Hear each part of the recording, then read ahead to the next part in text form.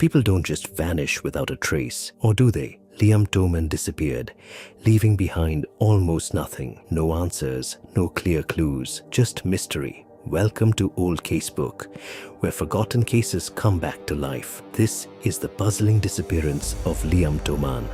Nestled in the Laurentian Mountains of Quebec, Canada, Mont Tremblant is known for its snow-covered peaks, luxury lodges, and a steady stream of visitors drawn by world-class skiing and postcard-perfect scenery. Each winter, thrill seekers carve down its slopes, while families gather by glowing fireplaces, believing they've found a peaceful escape from everyday life. Yet beneath the charm of this resort town lies a chilling reminder that even the most idyllic destinations can become the setting for unsettling mysteries. In the early hours of February 2nd, 2025, that peaceful image was forever altered when 22-year-old Liam Gabriel Toman vanished without a trace. He had traveled to Mont Tremblant from Ontario with two close friends, Kyle Warwick and Colin Lemmings, for a long-planned ski weekend beginning on February 1st. After a 5-hour drive from Whitby,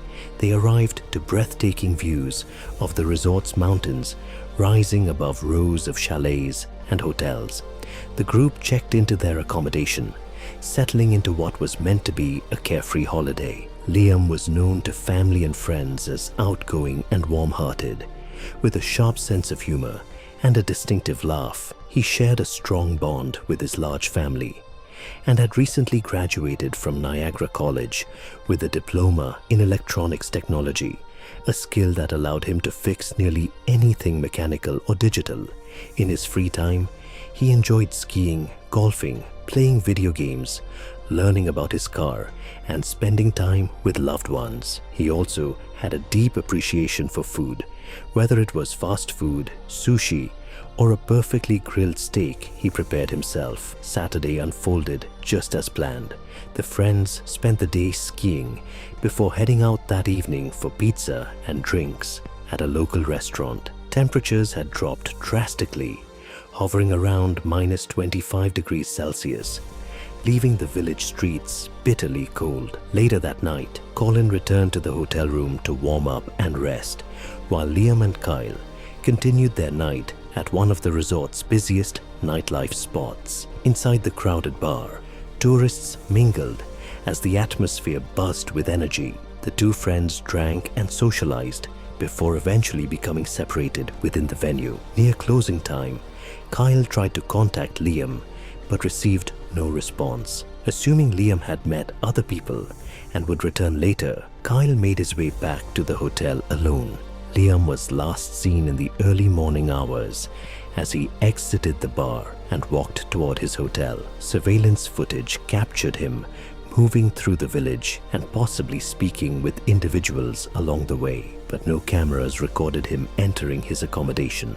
Shortly after, his phone activity stopped. A final call and text were sent, and then all communication ceased. His bank accounts remained untouched.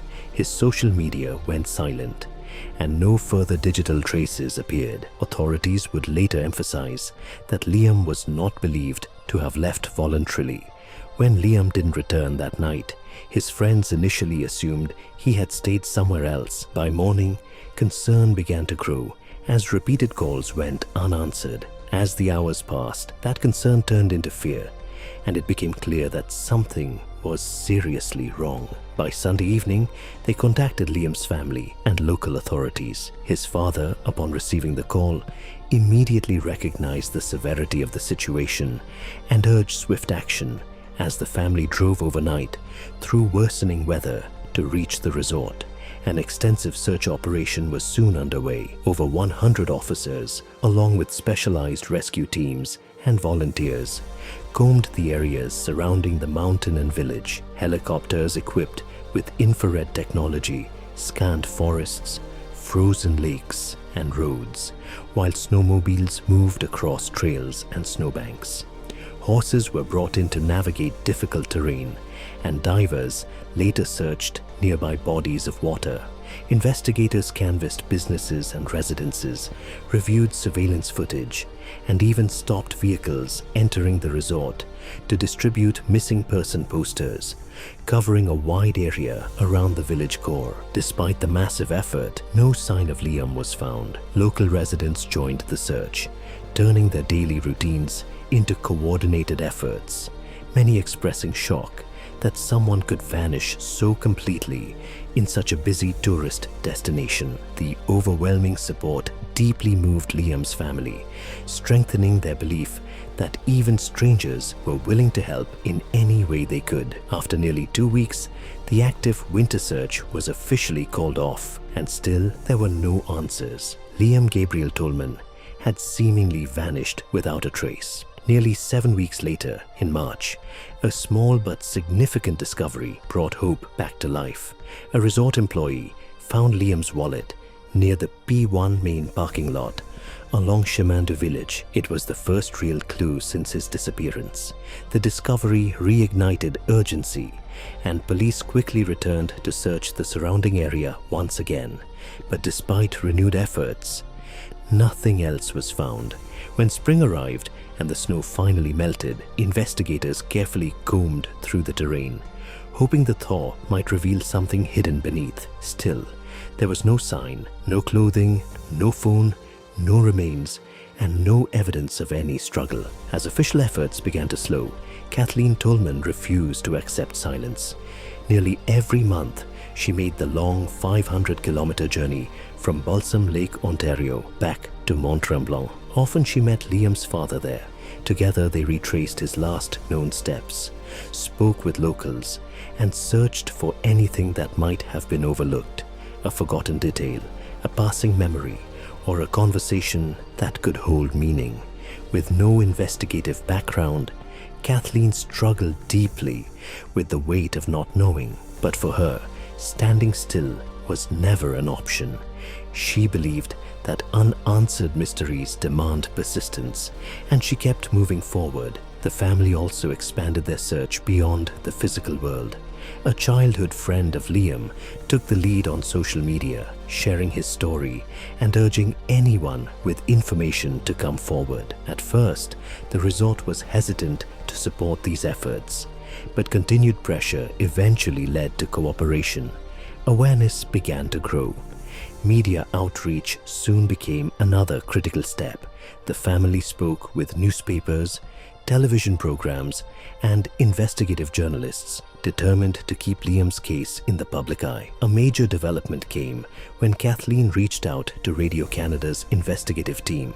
They traveled to Mont-Tremblant, walking through Liam's final known movements and gathering surveillance footage from nearby businesses. Authorities worked alongside the journalists, sharing what little was known. Together, they identified individuals who had been among the last to see Liam alive. In September 2025, footage was released publicly, creating the clearest timeline yet. It showed Liam walking through the village after leaving the bar, but never making it back to his hotel. When the full report aired in November 2025, new tips began to come in.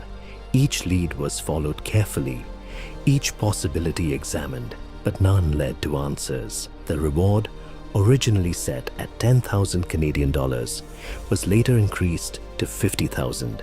Even then, silence remained. By this point, the ski resort had become fully involved. They met directly with the Toman family and began spreading awareness across the property, placing posters and encouraging both staff and visitors to stay alert.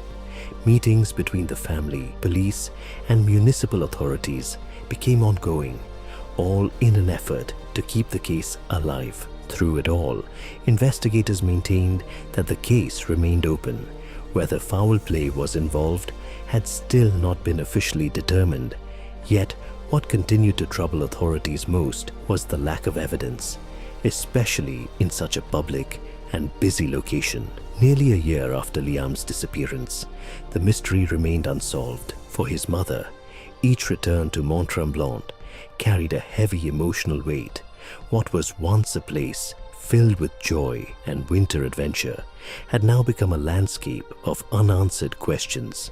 Every familiar path held both hope and heartbreak. Liam Gabriel Toman was not someone who planned to disappear. He hadn't emptied his bank accounts, reached out to friends, or left behind any digital trace. One moment, he was walking through a crowded ski resort, and the next, he was gone.